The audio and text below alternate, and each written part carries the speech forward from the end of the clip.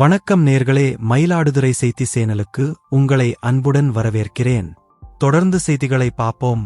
America பால்டிமோ பாலம் விபத்து.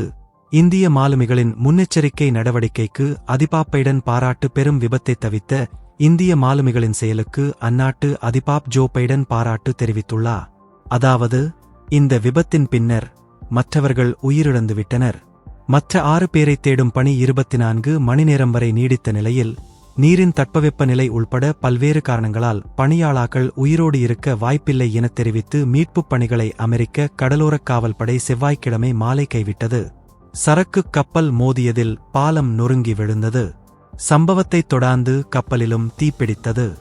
எனினும் இந்த சம்பவத்தில் கப்பலில் இருந்த மாலுமிகள் காயமடையவில்லை என்று தீயணைப்புத்துறையினர் தெரிவித்தனர். சிங்கப்பூரில் பதிவு செய்யப்பட்ட அந்த கப்பலில் பணியிலிருந்த 22 மாலுமிகளும் இந்தியால் ஆவார். பாலத்தில் மோதுவதற்கு முன்னரே கப்பலில் நிலவிய மின் பிரச்சினை காரணமாக கட்டுப்பாட்டை இழந்துவிட்டதாகவும் பாலத்தின் மீது கப்பல் மோதுவதற்கான வாய்ப்புகள் உள்ளதாகவும் உள்ளூர் போக்குவரத்துத்துறை அதிகாரிகளிடம் மாலுமிகள் எச்சரிக்கை விடுத்துள்ளனர்.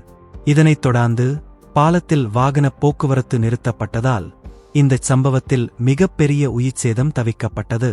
அதிபாப் பைடன் பாராட்டு. அதிபாப் பைடன் பாராட்டு. இந்த நிலையில் இந்திய மாலுமிகளின் முன்னெச்சரிக்கை நடவடிக்கைக்கு அமெரிக்க அதிபாப் ஜோ பைடன் பாராட்டு தெரிவித்துள்ளார். அதிபாப் மாளிகையில் மோதிய கப்பல் ஒரு இந்திய மாலுமிகள் சங்கம் அல்லது இந்தியா அரசு என்பதால் அவர்கள் அனைவரும் தங்கள் உத்தரவுகளை அனுமதிக்க பைடனை கூற வேண்டும் என்பதாக அவர் கூறினார். பாராட்டு. பைடன் இருக்கும் இந்தியா தூர தலைமையின் 2வது போராட்டத்தில் செயல்படுகின்றனர்.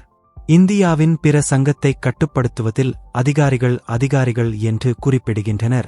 கப்பல் மோதுவது பின்னர் அதிபாப் பைடன் பாராட்டு பற்றிய தீர்வு பின்பு அந்த சம்பவத்தில் இருந்த மாலுமிகளுக்கு உத்தரவுகளை அளித்து பாதுகாக்க பணியாளர்களை அனுமதிக்கப்படுத்துவதாக தீர்விடப்பட்டது. இதனால் மாலுமிகள் வாழ்க்கையின் அம்சங்களை மீறி மோதிய அவசரமான அனுபவங்களை அனுபவிக்கவும் முடியும்.